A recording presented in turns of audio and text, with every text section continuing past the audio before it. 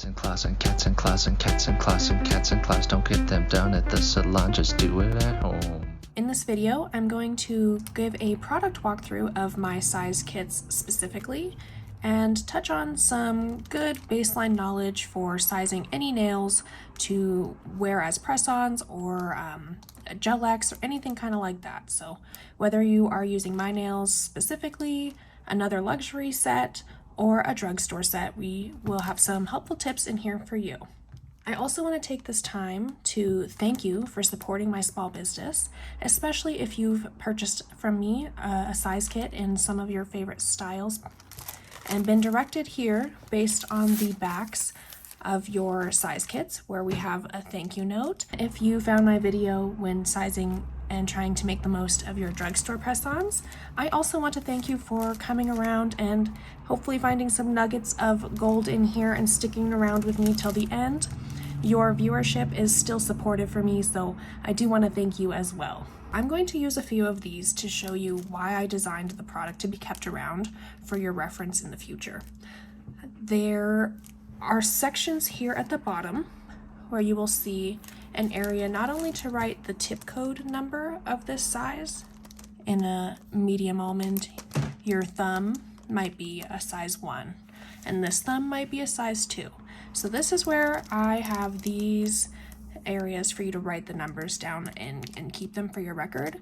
I've also included a space for your millimeter sizes if you took the time to use the millimeter guide and measure your nails out that way.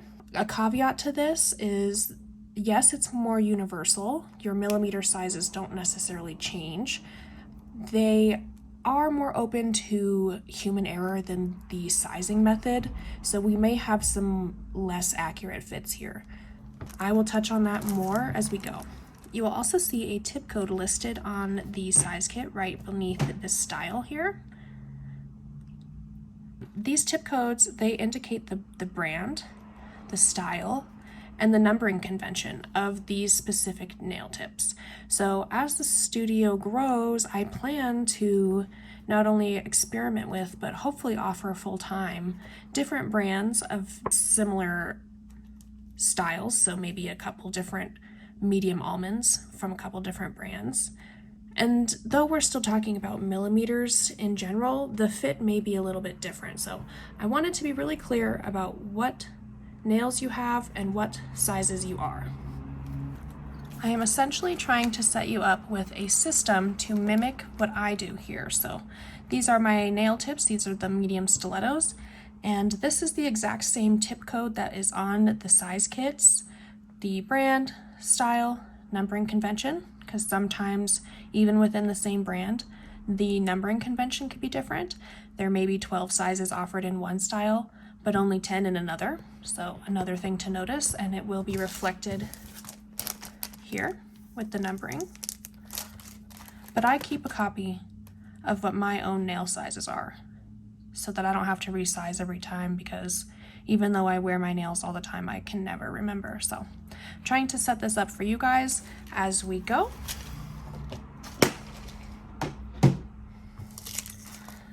So that's what these sections here are for you to keep on hand and reference if you would like to reorder the same style, or if you have another style that you'd like to switch to. These are there to help you, and this is there to help keep your references clear, not only for my sake, but also for yours. If you have a brand you prefer over another, it's always nice for me to know that, so now you know that too. Okay, and the next part of this that I would like to show is the sizing itself. Building on the idea that your number sizes will vary from style to style, even within the same brand. They will likely not always be the same. I'm going to demonstrate that using a few different size kits here today. And I'm also going to use that to explain how the conversion from the millimeters to the tips can leave more room for human error. Okay, so I'm going to jump right into demonstrating why we've talked about these things such as the reference areas and the tip codes. So these are both made by the same brand and they're both an almond shape. However, My sizing is very different between these, so I figured these are a good ones to show. These little shorties, these are from a different brand, so the sizing and the convention, these both have 12, but this only has, I believe, 10.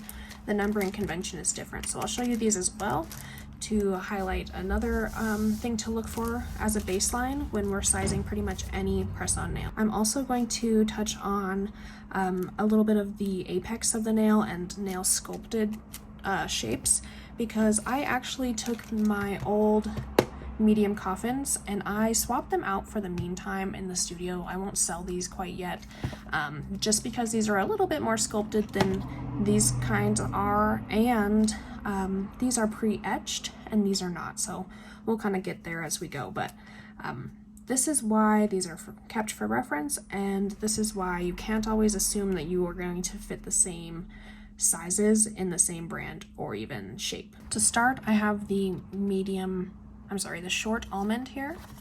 I'm going to use my thumb to show you. I'm also going to use this cuticle pusher to push my cuticles back just a little bit, because I want to make sure that I have the same nail estate. That surface area is going to be comparable to a fully prepped nail. Push these cuticles back. I'm choosing this one because it's a little bit thicker. You can tell this tip is a little thicker, so I can push the skin back better, where this one is thin and downward shaped, so it's a little bit more of a scrape than a push. So when I have no softening on my cuticles, I'm going to be very gentle with them and just push them back a little bit. So you see we've gained a little bit of space right in here.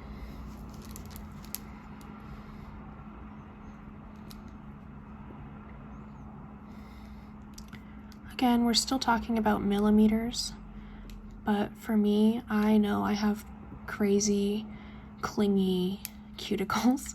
So like this one here, I gained a decent bit of space back. I haven't scraped all the skin off. See, all that skin's ready to come off, but that's because I'm not prepping yet. We'll get into that in the next video. So just push that skin back, just gently up and off the nail plate. All right, so we just push those back a little bit. I recommend doing that step just to make sure we get the most accurate measurement. When we go to apply these later, we will have fully prepped, so all of this will have been done to the best of our abilities. All right, here's the short almond. The short almond in a size 0, the largest one. I'm normally a size 0 because my thumbs, my fingers in general, are pretty wide, so I'm trying to keep this centered. So I line down the center of the nail, the enhancement nail, and then also my nail, line those up and see if it fits. I'm using light pressure down on the nail. We don't want to push too hard because we'll actually cause tension between the adhesive and the enhancement if we do that. So light pressure and just up to the cuticle, but we don't need to jam it all the way up or anything. We do want like a hair line of space. So it's hard to tell, but this nail does not reach my sidewall. So to better show that, I'm gonna line up the right edge to my sidewall. It's off-centered now, and show you how more of a gap there is. So the size 0, the largest short almond, does not fit me properly for a press-on especially. Up next is the medium almond. Again, this is the same brand, so also same numbering convention. We have 12. I'm going to start with the largest one, a 0. And I'm going to center the center of this tip with my nail and just kind of slide it back till there's a hairline of space, and I'm pressing down lightly. We do, in fact, touch the edge of the nail, of my natural nail here, but we do not touch my skin, so that's perfect. That's what we want on both sides. It'll feel correct too. Like this. Voila. I want to take this second here to talk about the apex of the nail and sculpted nails and why I changed out my medium coffin. So not only is this a pre-etched tip, which I feel is better for pretty much any nail application, but especially as a press-on specifically. So this matte section is kind of pre-etched. It will have a little bit of texture so that the glue or whatever adhesion method you use has some texture and surface area to grab onto. That's kind of like why we buff and scratch up the nail surface as well, in addition to removing shine and oil, but similar effect on this tip, so it's pre-etched. I like that about these. These are not. These are shiny all the way through. Different brand, different convention. This is the size 0 on this one. You can see it's shiny and not pre-etched on the inside. If you are a nail enthusiast like me, I would recommend taking your e-file if you have one with a really small drill bit, even a cuticle bit if you don't have one of those small 5-in-1 type things. You just take that in there and scuff up the area that's going to touch your nail estate here. So mimic this if you can. But the other reason I switched these out is because of the apex of the nail. These are a little bit more sculpted, so 0 still fits me nicely, edge to edge. But at the top here, you can see there's more of a gap between my natural nail and the enhancement. This is the apex of the nail, and we do want this for strength and structure of the nail. You'll also notice that when I'm sizing these, I want the nail to come straight out from my natural nail. I'm not pushing harder and like pushing further down so that the nail is now coming further down the nail. If you have coming further down the side of your skin, you want it to pretty much grow as if it was coming straight out of your sidewall there. So down, not good, straight, good. So that said, that's the difference between a sculpted nail with a higher apex than a less sculpted nail with a flatter and more natural apex. Speaking of which, I've actually noticed, since I've been wearing these gel nails as basically gel extensions instead of acrylic nails for the past few years consecutively and religiously until I started this business, I've noticed my C curve of my natural nails. So this curve right here, if you're looking down the barrel, this is the C curve.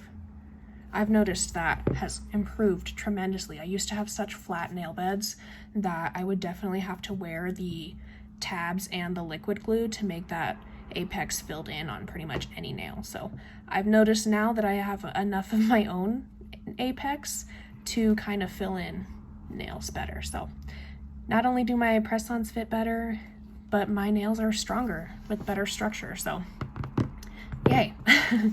So this is a great fit for me. I'm a size 0 in the medium almond. Again, we'll just be aware of the apex because you will need to fill that. The more of the gap that you leave, the more likely and quickly oil, water, and dirt can get in between your natural nail and your claws.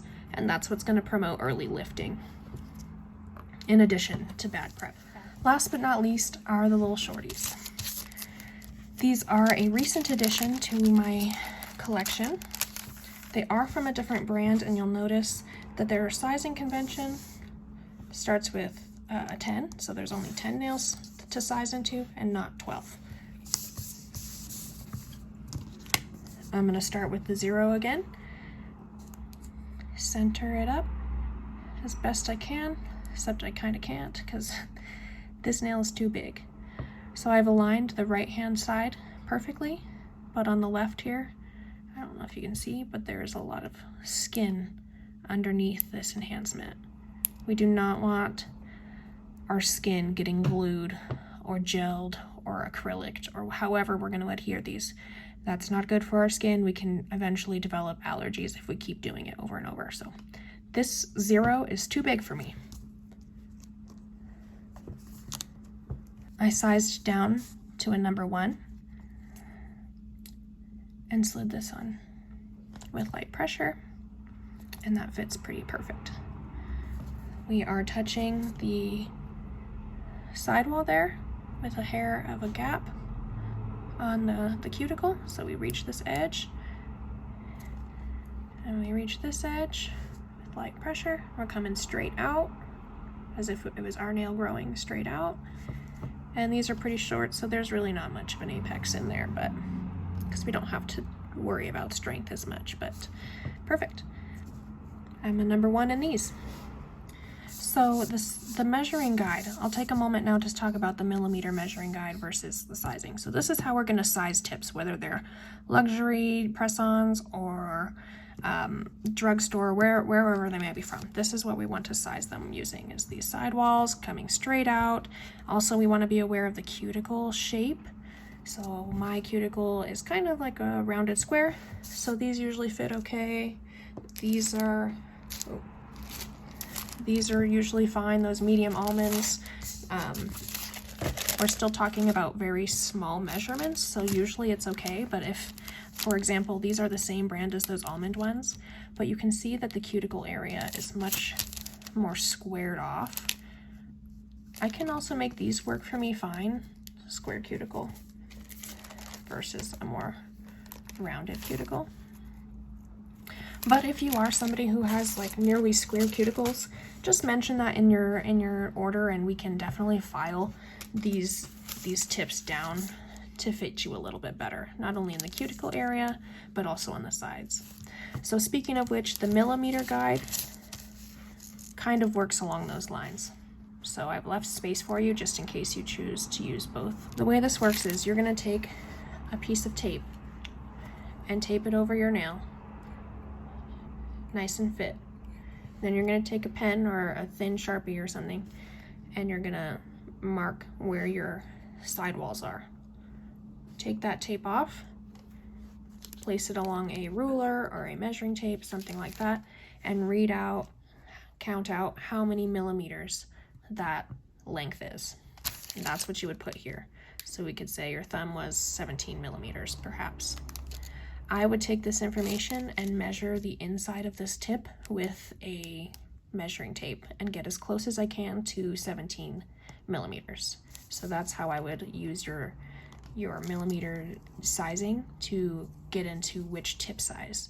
So your 17 millimeters is universal, but it does need to be converted. So we have another layer of human error in here when we're converting millimeters to this given tip size based on, you know, the style that you've selected. So this is also partially why we don't need excessive pressure, because when you are pressing too hard on the enhancement down onto the natural nail, you're reducing the adhesive that's used and the strength of it. You're causing more tension in between the two by flattening it so hard, but you're also reducing the glue or whichever method you use that you would have needed to really actually hold on to this nail correctly. So don't push too hard, just line everything up, hold it down slightly, and you're good to go. Well, I wanted to thank you for watching this video all the way to the end. I hope you found something useful in this video. In my next video, I'm going to talk about nail prep. I think it is the key ingredient for long-lasting nails. Not only for myself, I'm not exactly the most compatible with what I call press-on specific adhesion. That's nail glue tabs and liquid nail glue. So I use a lot of nail enthusiast methods to wear press-on nails, and so I will touch on those in some later videos as well, but prep is universal and prep is key. Cats and claws and cats and claws and cats and claws and cats and claws. Don't get them done at the salon, just do it at home. Cats and claws and cats and claws, clawless to flawless.